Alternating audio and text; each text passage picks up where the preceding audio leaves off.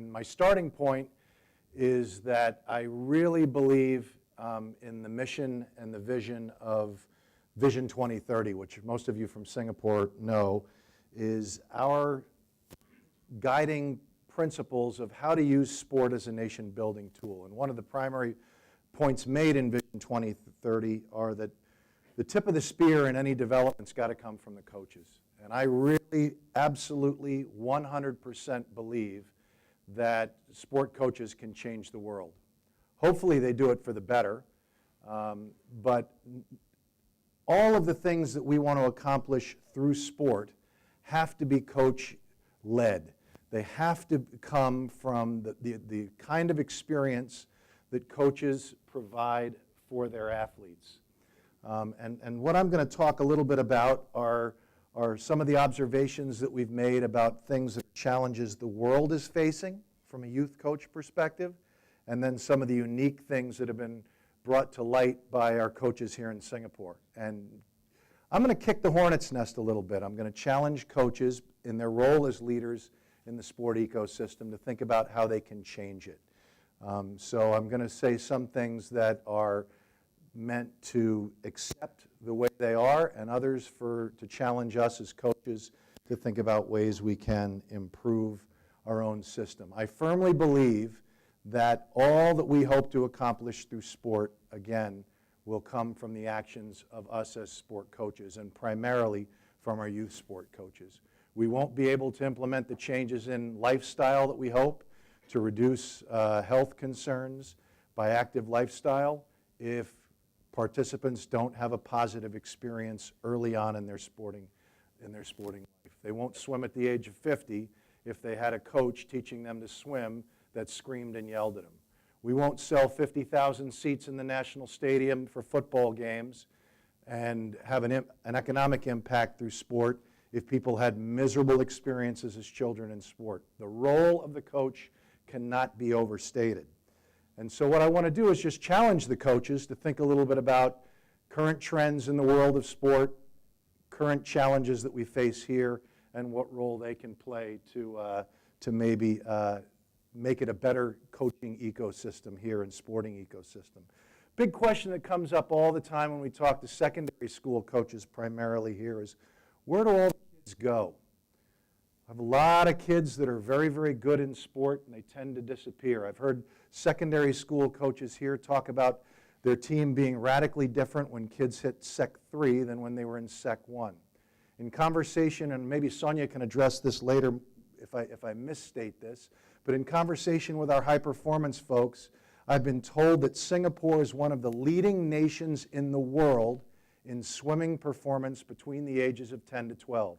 Our performances are better than the UK, than the United States, than Australia. One of the top swimming nation in the world is at 10 to 12 years old, and yet somehow we lose some of those kids. Where do the kids go? And some of it, I think, is world trends, but some of them are things that we can impact as well. And in talking to coaches here, I've heard a whole laundry list of excuses that they've heard about why kids quit sport. Not getting any better. I don't like it anymore. I don't like getting hurt. And I think I'm seeing a lot of heads shaking out there. If you're coaching kids right now, these are some of the problems with retention of kids in sport. These are the excuses that we hear from kids. And some of them aren't excuses, some of them are reasons. And we need to address those. We need to analyze them, we need to think about them, and figure out if there are things that we can do to improve upon that situation. Are these problems unique to Singapore? I'm going to throw out some statistics from the rest of the world. They tend to be focused primarily on either the UK or the US because that's where youth sport's gotten a lot of in-depth research with a large population of participants. But how about this? The National Alliance of Sport in the US reports that in the United States, 70% of children quit organized sport by the age of 13. So the kind of problem that we're facing here is not unique only to Singapore. It's a worldwide problem. 70% of the children that start sport as early as 5 and 6 in the United States quit by the age of 13. Every year in the United States, about 3.5 million children need treatment for sports injuries. And the scary thing for me is that nearly half of those are overuse injuries. So again, it's not unique to Singapore. There's a massive global problem of kids that are quitting sport early or getting hurt primarily from overuse injuries in sport. And then finally, I think this one speaks a little bit to the psyche of today's kids, which I'll talk a little bit about, is that in a survey done by a group called Changing the Game Project, one of their leaders came and spoke in Singapore very recently. They surveyed a large number of children participating in sport. Again, it's in the United States. But they found that 90% of children would rather play, that is, actively participate in a sport on a losing team than just be like a practice player or sit on the bench, not be a participant on the best team. So what kids want to do is they want to play. They don't really necessarily want to strive for excellence. And I think a lot of that goes to the conversation that Jean was having earlier about what the goals of participation in sport are for children. That's a snapshot of kind of the world's environment of sport. Kids are quitting early. They're getting hurt because they're training too much, overuse, and they're not that interested in winning. They want to play. That's worldwide. What's unique to our situation? Well, there are a few unique things. And this is not value judgment. Even though I said I'm going to kick the hornet's nest, I'm not saying that any of these are right or wrong. I'm saying they're what they are. We have to understand that in Singapore, we've got a unique situation in that the overwhelming majority of our coaches are paid. About 75% of coaches here in Singapore identify themselves as being wage-earning coaches. That's exactly opposite what the studies are in the UK. About 25% of the coaches are paid. Here it's 75%. In the United States, the number is even lower. It's only about 10 to 15% of coaches are paid, and 85 to 90% are volunteer. Those that are paid in most places are salaried coaches.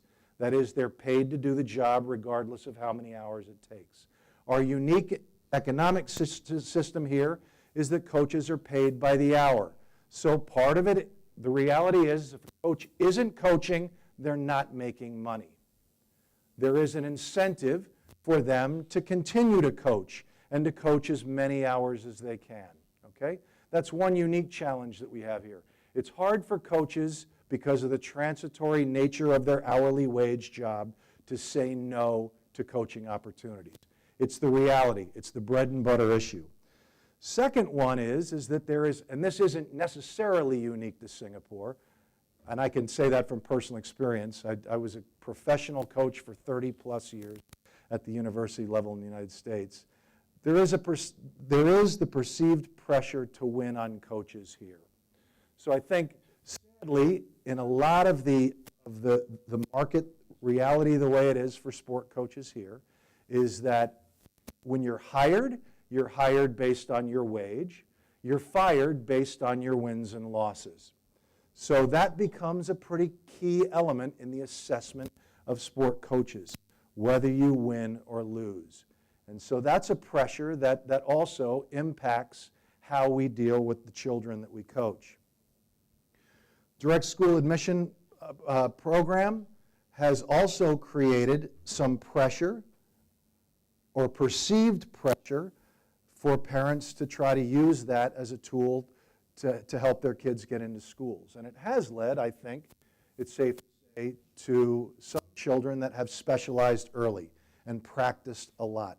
In the swimming example, and Sonia, you can speak to this, I think, as well, one of the concerns is we know, we're absolutely certain that one of the reasons we're one of the best in the world in some sports when they're children is we have the talent here. Unquestionably, we have the talent and we have some very good coaching. That's why. But part of the concern is are they specializing too early, and are they doing workloads too early that they're going beyond the outlines that, like Jean Coté talked about with basketball? Are they training multiple sessions a week? 10, 12 sessions a week at a workload that we would expect to see a little later in life. So are they specializing too early, and is there too much pressure or perceived pressure on children to try to use sport as a means to an end? And finally, one of the things that we know is a constraint on continued participation in sport is academic pressure. We know that when there's a trade-off between participation in sport or putting time into your books, we're very, very confident that sport's always going to come out second.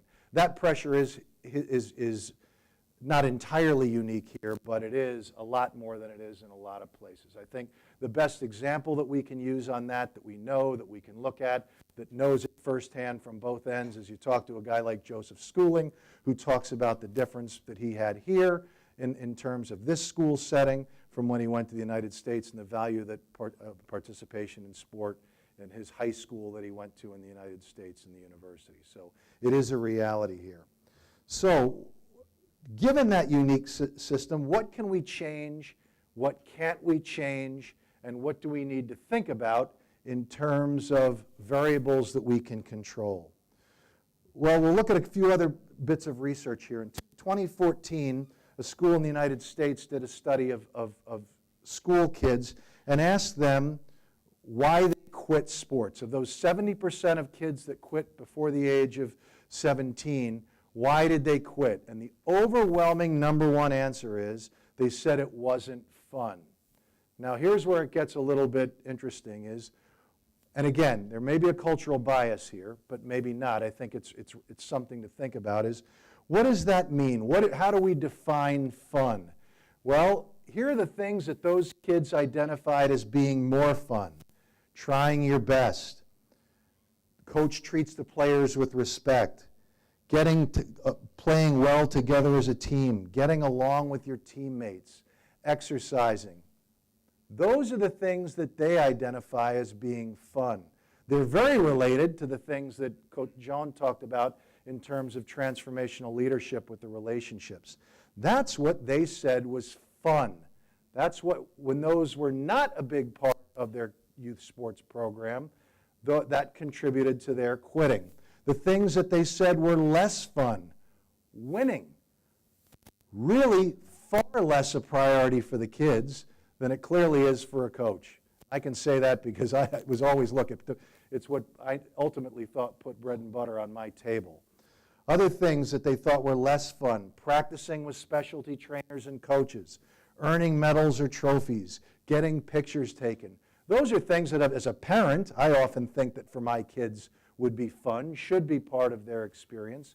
But when they asked these kids, that wasn't part of the fun. It wasn't what was keeping them in sport. And then finally, they asked these kids what the top 5 characteristics of a good coach were, and they're very, very much in line with what we heard this morning. And I'll read those if you can't see them. What kids want from a coach are respect and encouragement, a positive role model, clear, consistent communication, knowledge of the sport, and someone who listens.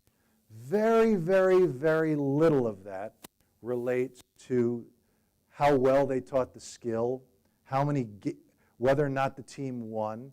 It was all about how the kids felt intrinsically and internally about the experience. Okay? That's, I think, really speaks to the transformational role of coaching in an athlete-centered environment.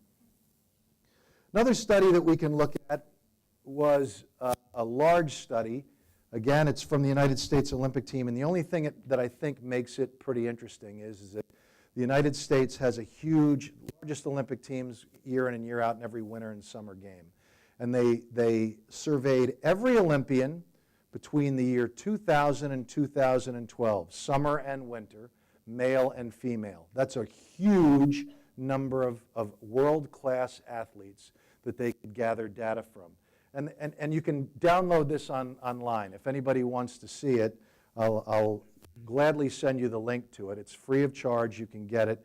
And they asked them a whole variety of questions, part of which related to the role of the coach in their formative years. And just the only thing that I'll say about that is all of them talked about how the single largest contributor to their remaining in sport was the positive role that their coach had in the early stage of their career.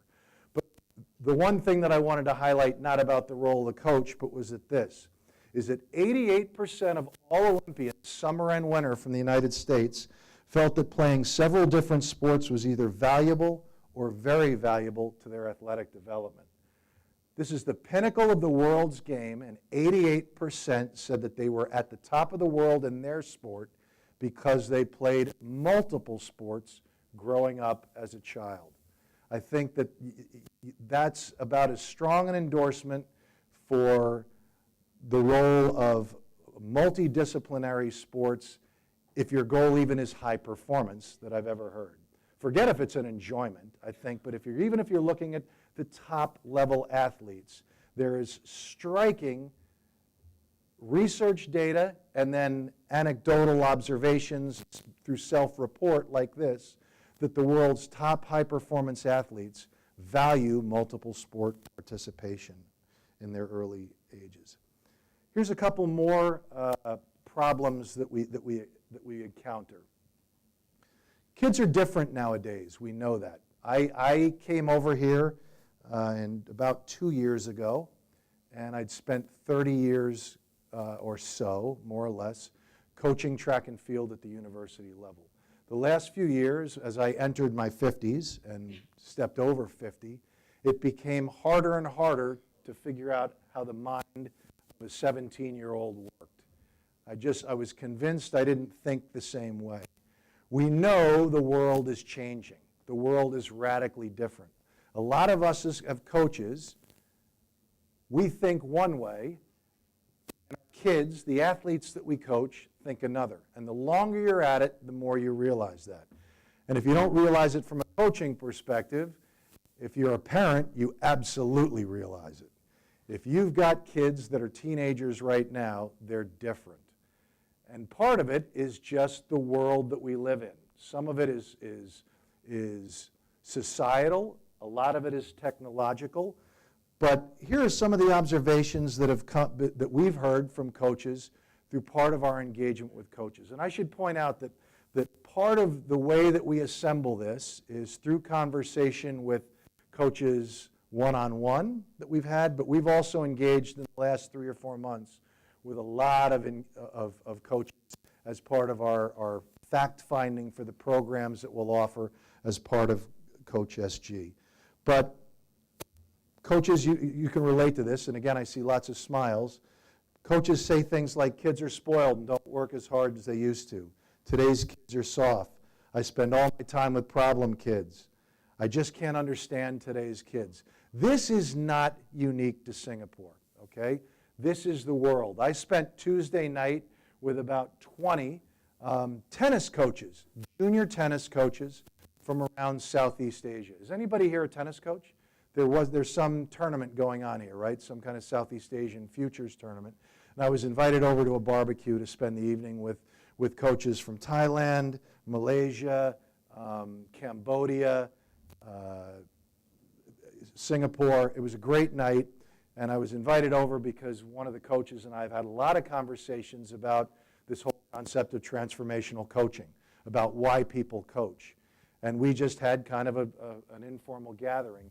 And we wanted to talk about coaching. And the first thing a coach, actually he practices in China, he looked at the other coaches, he said, how do you deal with the kids today? How do you deal with them? They're all so entitled. They all are spoiled. They're just different than the way that the kids were before. Now that's us as old coaches talking about today's kids. But it is a very common universal observation. The kids are different. Part of it is technology. Right now, kids have access to immediate answers for everything they want. And they expect that. They expect to be able to get answers right away. They expect to be respected. They expect to be treated differently than generations 20, 30 years ago. And if we don't accept that, then we're going to lose the kids. There's a guy right now who I will share with you in a minute. You like that? Call me old man one more time. That's my uncle in Kansas. There's a guy in the United States right now named Tim Elmore that wrote a book called Generation IY. And almost his entire business is talking to sport coaches at the university level in the United States, which is a big business, talking about the difference between this generation and previous generations and how you can relate to them. And I just stole this. You can take a picture of it. These are some of the things that he's noticed in conversation with other sociologists, but also in conversations with business leaders about the way that kids today are different than they used to be. One of the things that you need to accept is how we can work within that system. And I would encourage you, I won't go through this list, just take a look at it and identify challenges that you have seen and understand that they're not all wrong. I mean, it's the way that kids are. And you can look at it as a negative, or you can try to turn it into a positive, as long as you're willing to change the way that you coach. And if anybody wants these, I can make this slide completely available to everybody. So where does that leave us? I'll get to my last slide, and I'll talk a little bit about the challenges that presents to us as coaches. What can we do? First of all, the system's not going to change. We have to accept that. We have to accept that this generation is different than the last generation, which is different than the generation before. I'm 55 years old, and I remember when I was young, my coach looking at me saying, you kids nowadays aren't as tough as we were. It's not just now. This generation is different for sure, but we were different than the previous generations too. It's the world, technology, society, the workplace, all these things change the generations. We as coaches have to change. Some of the unique challenges that we face in Singapore that I mentioned, the hourly wage situation, the academic pressure, policy changes at a ministry level, we're not going to be able to change.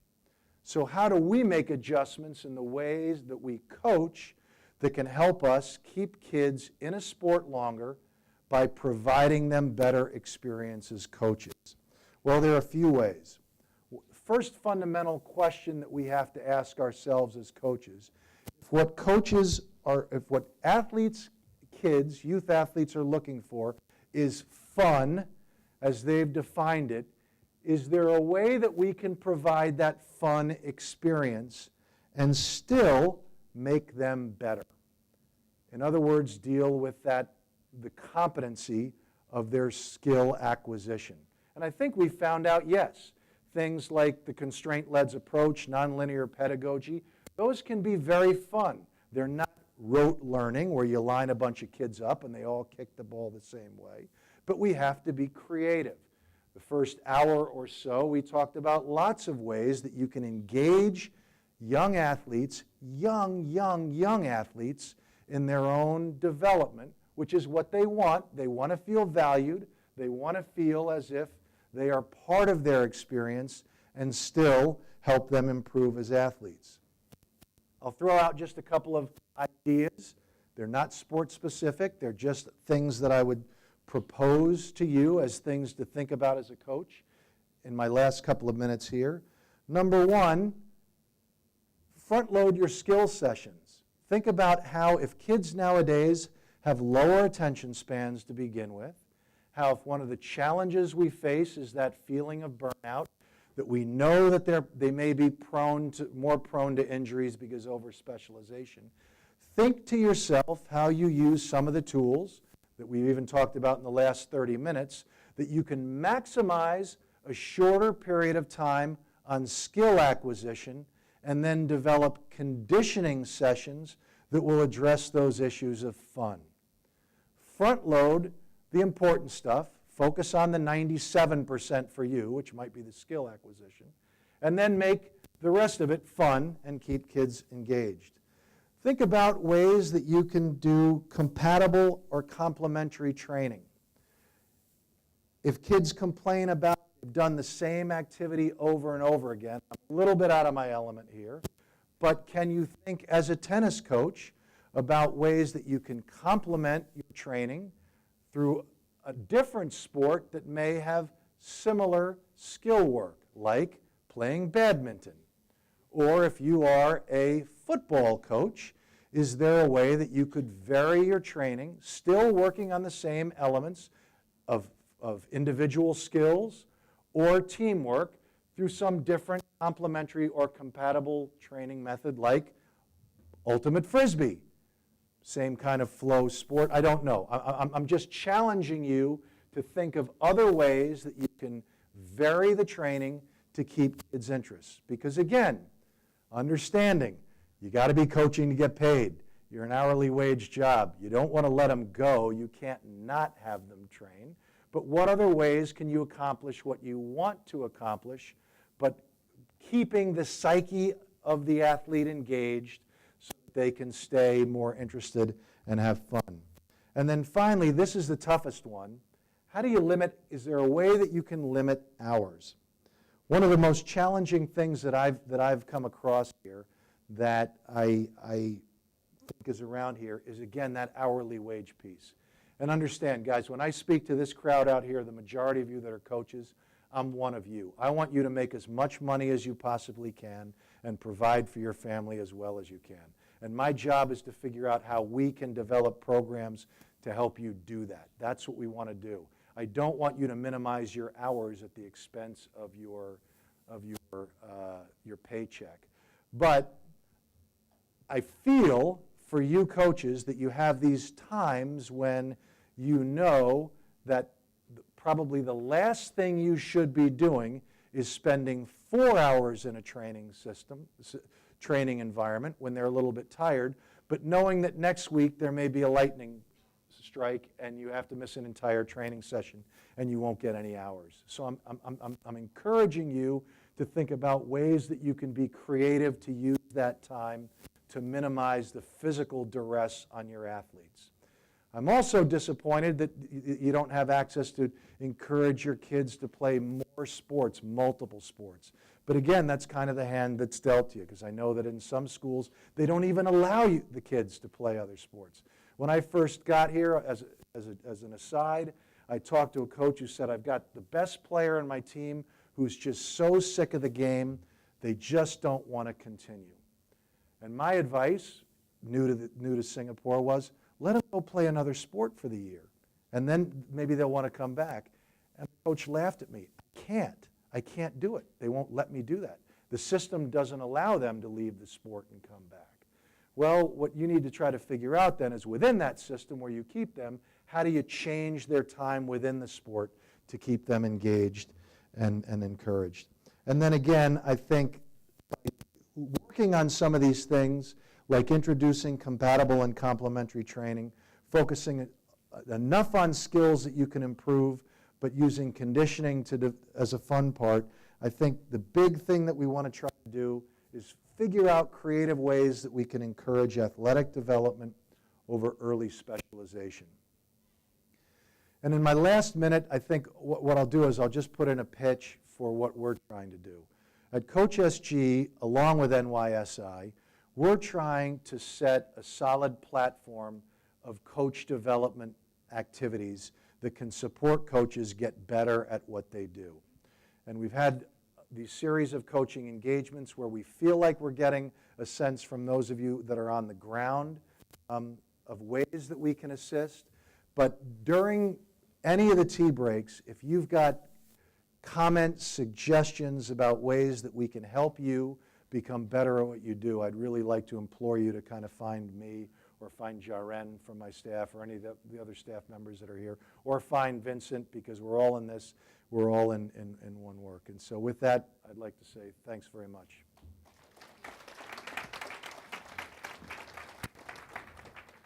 Should I turn this off? Leave it on, okay. Thank you, Mr. Troy Engle, for the presentation. We would now like to invite